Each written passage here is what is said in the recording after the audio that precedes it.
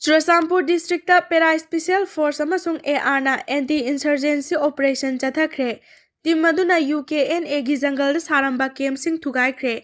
Pera Special Force amasung Assam Rifles ki apunba team amana Churachandpur district anti-insurgency operation ama chathakre hairi. Thajaba yaba paw amagi matung ina operation adu Churachandpur district ki manung chana leiba Hengrep subdivision da suspension of operation group ta yaudaba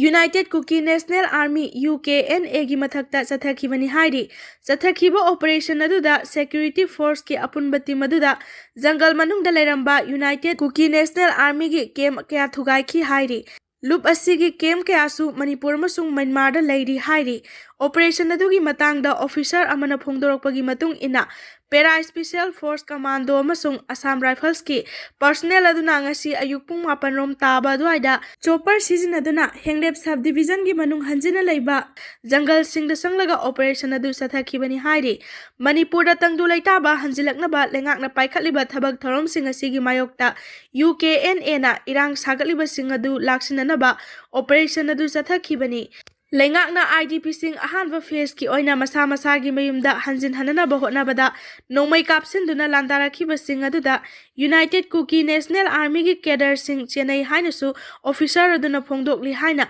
Hindustan Times ki report amana hairi. Former Chief Minister Biren amadi BJP gi President A Sarda Imphal thadokre. Lamdam asida ikui kuidana anauba lengak ama laklagani haineringai cherakasida center gi lusingba singna kaurokpadagi former Chief Minister N Biren amasung A Sarda ngasi Delhi gi Imphal thadokre. Khongchat asi hojik fawbagi oina kari maramgi chatkibano habadi sapchana khangba ngamdrabasu anauba lengak ama semnabagi damak khana nainabagi oiramba yai haina miyamna khanari adubu chapchabadi khangba ngamdri. Khongchat adu chatnaba lakpada paumi singna ngarang Chandel district ki manung chana leiba border pillar 67 gi paring da phariba border fencing sakhangdaba singna thudeklambagi matangda hangkiba wahangi paukhumda former Chief Minister N Birena hai thogdogadugi chapchaba thabak sing center na paikhalakani haina phongdoklamki hairi.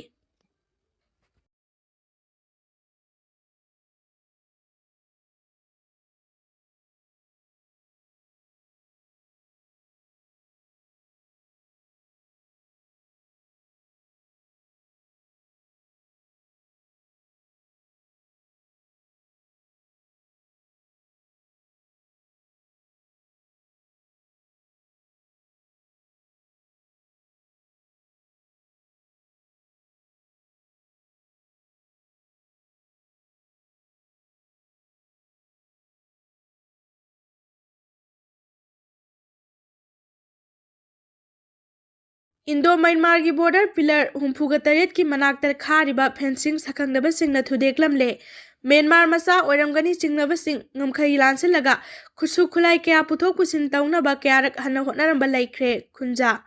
Lamdam asida wathok kaya loisindri wathok amana nansilaktuna adumak leiri. Asigumba thogdogasi yamna laibak thibani amadi wathok sing karamna thoklibano amadi karamna loisingani habasi mari leinaba singna ahenba mityeng sangbagi mami ita tadri. Asigumba thogdogasigi manung chana Chandel district ki manung chana leiba New Somtaldagi Aibungjang khul phawbugi marakta India lengakna khariba Indo-Myanmar border fencing haukiba ahing nongyaida sakhangdaba miyoi singna kakthalaba matung inthuduna thamlamle hairi. Thogdogasigi matangda source amagi matung ina Molsam police station a konba amasung border pillar number 67 gi manakta khariba border fencing adugi meter samaga yankhaidagi chanirom sangba saruki makhong sing adu kaktatuna inthurambani hairi. Yona khariba border gi fencing adu handak ikui kui jangai mamangda khakiba fencing gi saruk singni. Asigumba thawong sing asi kanana kari maram gi damak chatharamlibano haiba chapchana khangba ngamdri. Ningsingba yabadi mamang chahi gi December 2 dasu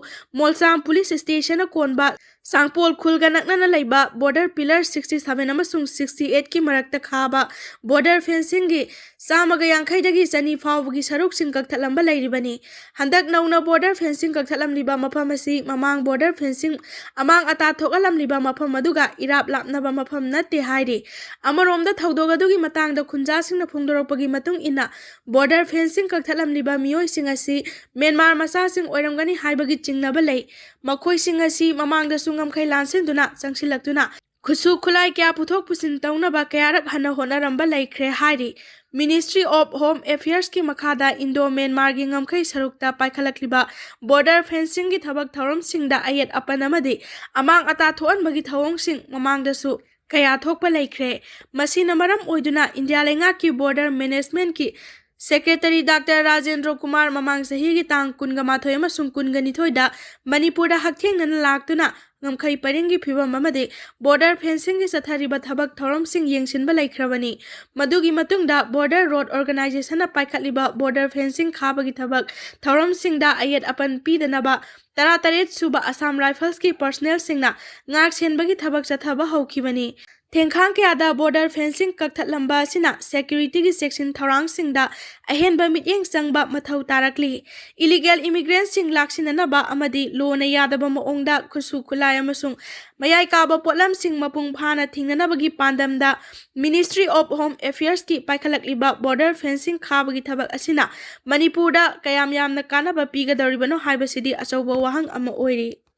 Loktak pat muthat tawre homestay salairakpada yenglaga leire haukiba chahi amarom asida Loktak pata lanai mioi amadi organization kayana homestay kaya salaiduna lamkoiba singi pukning singsinba thengnari adubo hariba homestay singasi lengak amadi mari leinaba authority gi ayaba yauduna logi wangmada salaiba oiramle Loktak pat kananaba thamkiba MDA na Loktak pat muthat kadaure Logi wangmada salairiba homestay salairakpada yenglaga leire malemgi oina leiriba wetlands sing asibu kanaba amadi yokhatnabagi pandamda UNESCO gi makhada haukiba chahi 1953 mathoida malemgi tongan balaibak singi marakta yana cherol khujek pinaduna 1953 dagi Ramsar Convention chanaba hauki asumna haukiba chahi 1953 gi March 19 dagi Loktak pada sibusu Ramsar site oina sakhang khiduna pat asida tawba yaba natraga yadaba kanglon kaya ama yathokuna lairibani masida sunadana haukiba chahi 2003 ki April 5 da Manipur lengak na chanaba hawan khibadi Manipur Loktak Lake Projection Act 2003 nasu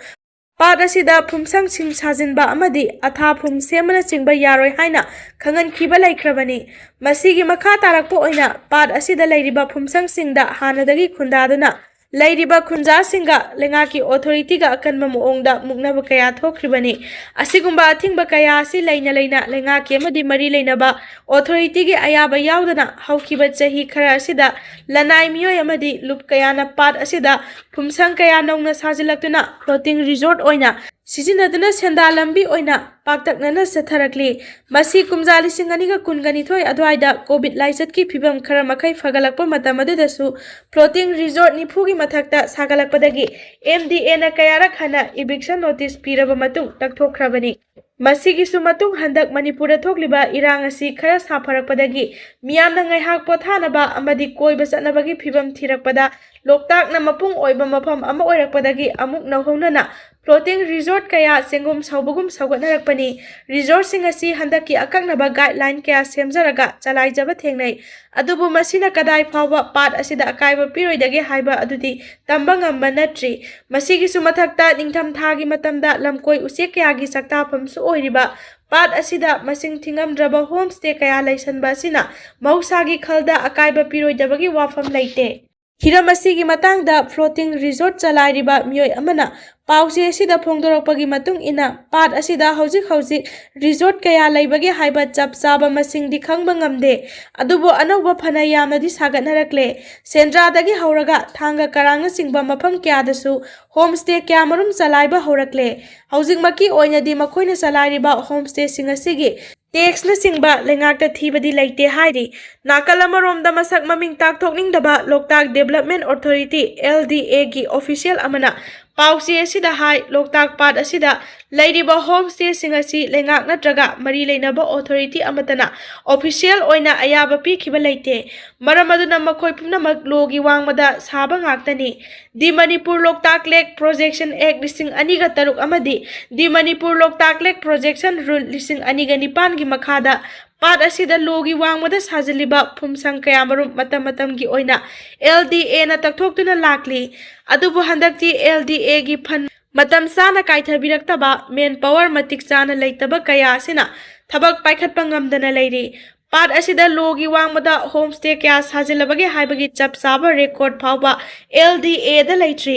मसीगी सुमथक्ता phumdi सेंबगी थबक फावबा मपुंग फाना पाइखटपा ngamdabagi फिबमदा लेरे असिगुंबा फिबम असिदा मखा ताना अदुमक चथरबदी पाट असी सही खरगी मतुंगददी असिबा पाट हाइबदु ओइरगनी अमरोमदा tourism की मिटेंगदा येंगबा मतमदा homestay ओइना सिजनरिबा युमसंगसिंग असिना मालेमगी अमदि लेबाग असिगी तोंगान तोंगानबा मफमसिंगदगी लम कोइबसिंगी पुकनिंग सिंगसिनफम ओइरि हाबसिदी ककपा याररोइदबा वाफम अमा ओइरि मसिगी सुमथक्ता माइकाय अदोंगी खुंजासिंगी हिंगनबगी लंबी अमसु नौना ओइनरक्लिबनी अदुम ओइनमक असिगुंबा युमसंग कया अमा ऑथोरिटी की अयाबा यावगना चलाइनिंगबा मोंगदा चलाइरकपा तारबदी पाट असिगी महौसागी खलदा चाउना अकाइबा लाकनी मरम असिना फुमसंग कया होमस्टे ओइना सिजनहननबा चलाइबा तारबसु लेंगाकी ओइबा चपचाबा पॉलिसी अमा सेमलगा चलाइहनबगी तंगाइ फदबा याना चाउना लेरे गवर्नमेंट का यानखिबसिंग थबक्ता ओंथोक्ट्रिबा फावबा फुटहिल नागा अमसुंग नेशनल हाईवे 37 दा कुकी सिंग चथोक चसिन तौबा थिंगलगनी कुकी खुलाई पाइबसिंगना कांगपोपी डिस्ट्रिक्ट की मनुंग चनबा इरेंग नागा विलेज की खुंजा सिंगदा अकी तुजुंगबा पिरंबा अमदि खुलगी पोचै कया थुगाइरंबा थौदोक अथुदा चेनबसिंगी मथक्ता मतिक चाबा एक्शन लौखटकदबनी हाइना इरेंग नागा विलेज अमसुंग जॉइंट ट्राइब काउंसिल ना चथरिबा मतम कक्तबा बनगी खोंजंग असी फुटहिल नागा कोऑर्डिनेटिंग कमिटी ना मफुंग फाना सौगतली लोइनना गवर्नमेंट का यानखिबा MOU अदु थबक्ता पांगथोक्ट्रिबा फावबा अमसुंग नागा खुलसिंगी सेफ्टी की दमा कुकी सिंगी मथक्ता हौजिक चथरिबा मतम कक्तबा बनसी ओल कसा रोड अमसुंग नेशनल हाईवे 37 दा मखा ताना एक्सटेंड तौरगनी हाइना कमिटी असिना थादोरकपा चेरोल अमना हाइरि चेरोल असिना मखा ताना हाइरिबना ममांग सही 2015 गी अगस्त 19 दा फुटहिल नागा कोऑर्डिनेटिंग कमिटी अमसुंग मणिपुर सरकार अनि की मरक्ता MOU साइन तौनदुना फुटहिल एरिया सिंगदा सुगी कैम्पसिंग लिंगदबा आइन काइना पोपी थारिबसिंग मांगन ताननबा खुदक्ता थबक लौखटपा अमदि असिगुंबा आइन काइना लंबी सेमलिबसिंगी मथक्ता मथौ ताबा लीगल एक्शन लौखटपा हाइना यानखिबनी अदुबु MOU साइन तौनखिबा मतम फना हेलबा फावबदा ngasi फावबा यानखिबा थबकसिंग अदु अमता पाइखट्री मसिना गवर्नमेंट की सिंसियरिटी अमसुंग अकाउंटेबिलिटी दा नुंगनांगबा कया फावहले खारम बाइफाइदा लेबा कुकी खुलाई पाइबसिंगना इरेंग नागा विलेज की मियाम की पुंसिदा अकी तुजुंगबा पोअलंबा अमदि खुलगी गेट अमसुंग वेटिंग सेट थुगाइरंबगी थौदोक अदु अकनबा मोंगदा कंडेम तवी खुलाई पाइबा कांगबुसिंगना यामना शांति ओइना लेजरिबा नागा खुल मयादा असिगुंबा थवोंगसिंग असि लेप्तना सथरकपना मियाम की पुंसिदा अकीबा अमसुंग तंगदु लेतादबा अमा पोहले लोइनना असिगुंबा थवोंग असि मफम अदुगी मियाम की पुंसि अमसुंग लनथुमदा हकथेंगना अकीबा पीबनी असिगुंबा का हेनबा हिंसागी थवोंगसिंग अमसुंग अकी तुजुंगबा पीबगी थौदोकसिंग असि स्टेट गवर्नमेंटना तुमिना अमसुंग करिगुंबा थबक अमता पाइखतना लैरिबा सिना मरम ओइरगा फुटहिल नागा कोऑर्डिनेटिंग कमिटीना अकनबा डेमोक्रेटिक ओइबा फिरेपसिंग असि लौरखिबनी लोइनना मणिपुर सरकार की माइकैदगी FNCC गा यानखिबा MOU अदु अथुबदा थबकता ओंथोक्तुना फुटहिल एरिया सिंगदा शांति अमसुंग तंगदु लैताबा लेहननबा तक्सिली हाइरि कैरंगदा निसा ललोनबा अनि नाथोक्तुना सेनख्रे इम्फाल ईस्ट डिस्ट्रिक्ट की मनुंग चनबा हाइंगांग पुलिस स्टेशन की मखादा लैबा कैरंग मसजिद मनिंगी युम अमदगी जॉइंट सेक्रेटरी फोर्स अमना WY टेबलेट ग्राम यांखैगा मरी फागतख्रे युम मदुगी मपु ड्रग ललोनबा ओरिबा MD बारिश सही कुंट्रागा मापन अमसुंग महाकी नुपी साजिदा सही कुंट्रागा हुमदोइना सेंट्रल अमसुंग स्टेट फोर्स की जॉइंट टीम अदु लाकपा मतमदा मफम अदुदगी नाथोक्तुना सेनख्रे हाइरि पाव असिना हाई इंटेलिजेंस ना पिरकपा पाव अमगी मतुंग इना मफम अदुदा एंटी सोशल एलिमेंट खरा ललोन इतिक तौबा अमसुंग ड्रग का मरी लेनबा थबकसिंग चथखिबनी पुंग अमरोम सुमना चथखिबा ऑपरेशन अदुदा जॉइंट टीम अदुना WY गा कोनना रजिस्ट्रेशन नंबर MN01 डी 1786 हेरो होंडा ग्लैमर अमसु फागतखि थौदोगसिगा मरी लेनना narcotic drug and amendment act 2019 की मखादा केस रजिस्टर तौख्रे पुलिसना सेनख्रबा नुपा अमदि नुपी अनिदु फानबा मियामगी मतेंग पिनरकपा लोइनना लेंगा की ऑफिशियल सिंगदा सरेंडर तौनबा खंगनख्रे हाइरि।